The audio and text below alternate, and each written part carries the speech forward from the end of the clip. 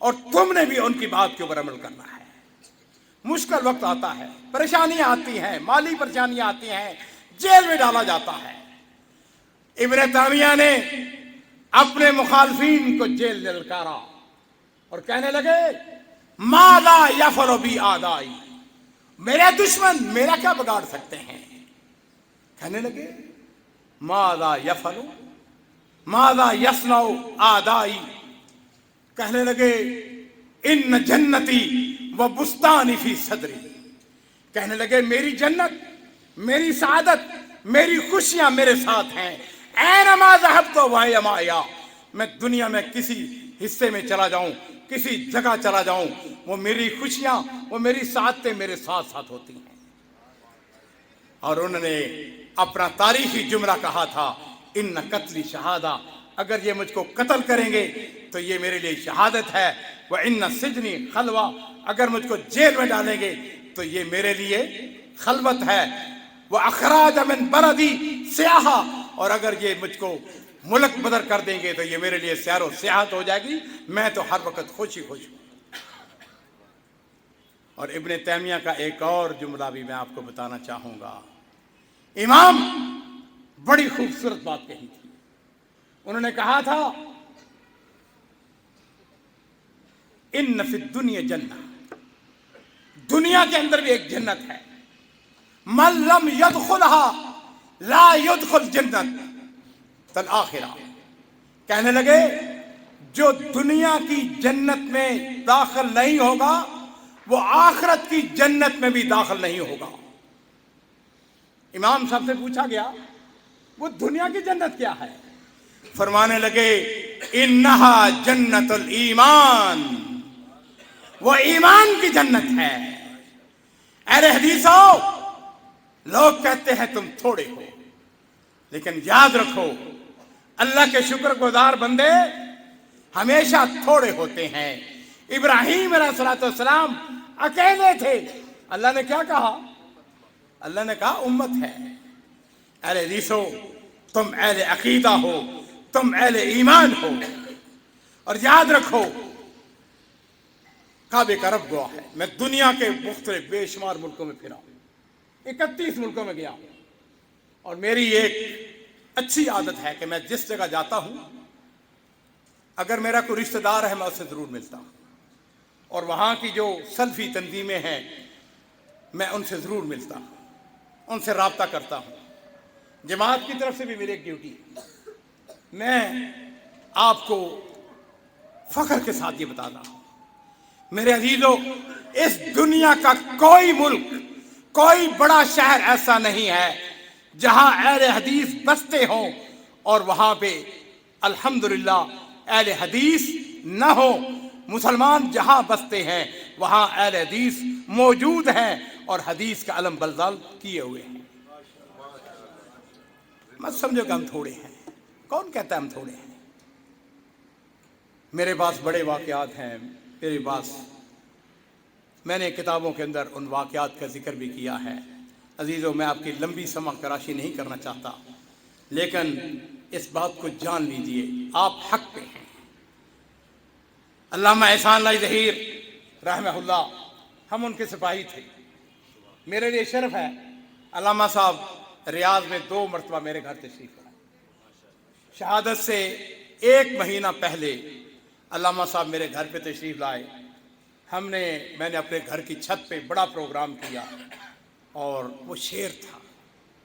واللہ اب ہمیں کیا بتاؤ کہ ہماری علامہ صاحب کے ساتھ آخری ملاقات ہو رہی ہے، لیکن میرے لیے شرف ہے کہ میں نے ان کا جنازہ اپنے ہاتھوں سے اٹھا کر وہ پلین، وہ جہاز جس میں ہم ان کی میت کو ریاض سے مدینہ شریف لے کے گئے تھے، میں بھی ان میں شامل تھا۔ میں نے اپنے ہاتھوں سے جنازے کو اس پلین کے اندر رکھا اور اپنے ہاتھوں سے اس کو اتارا۔ قبر میں اتارتے وقت وہ اتنا رش تھا، وہ ایک لمبی داستان ہے جو کہ میں نے اپنی کتاب کے اندر ذکر کیا ہے۔ میں آپ کو یہ بتانا چاہتا ہوں اس شخص نے ہمارے اندر ایک روح پھونکی تھی۔ آج جب میں فیصل شیخ جیسے اور سید عامر نجیب جیسے نوجوانوں کو دیکھتا ہوں، علماء اکرام کو دیکھتا ہوں، ان کے جذبات سنتا ہوں، تو مجھے علامہ احسان اللہ ظہیر یاد آ جاتے ہیں، جنہوں نے یہ بات کہی تھی، بازار میں جائیں فخر سے کہیں میں اہل حدیث ہوں، عدالت میں جائیں فخر سے کہیں میں اہل حدیث ہوں، مسجد میں جائیں فخر سے کہیں میں اہل حدیث ہوں۔ ہم وہ لوگ نہیں ہیں خدا نخواستہ جن کو یہ فکر ہو، یہ خدشہ ہو۔ ہمارا مسلک اس کائنات کا سب سے بہترین عقیدہ ہے۔ اور اگر ہمارے حضرت اجازت دیں تو آج کی جو میٹنگ ہے اس کا ذکر کروں یا اس کو رہنے دوں؟ چھوڑ دیتے ہیں۔ آج ہمارے اکابرین کراچی شہر کے اور سندھ کے ہمارے فضیلت الشیخ مفتی یوسف صاحب اور فضیلت الشیخ ہمارے قائد جناب محترم سردار افضل صاحب اور ہمارے اشرف قریشی صاحب، ہم 9 آدمی تھے۔ ہماری آج مصطفیٰ کمال صاحب سے لمبی میٹنگ ہوئی اور میں نے ان سے ایک بات کہی۔ میں نے کہا ہماری کراچی کے اندر 400 مساجد ہیں، اس کا مطلب یہ ہے کہ 400 ہمارے مراکز ہیں، 400 جگہ پہ ہمارا خطبہ ہوتا ہے، 400 جگہ پہ ہمارے تحفیظ القرآن کے مراکز ہیں، 400 جگہ پہ ہمارے علماء کرام وہ لوگوں کو درس دیتے ہیں۔ اس کو مت سمجھیں اہل حدیث کوئی معمولی چیز ہے، اہل حدیث ایک قوت ہے، بہت بڑی قوت ہے۔ اور مجھے یقین ہے اللہ کے فضل و کرم سے یہ ہمارے علماء کرام ان کی قیادت کے اندر انشاءاللہ آپ لوگ جو ہے پہلے بھی ترقی کر رہے ہیں اور ترقی کریں گے۔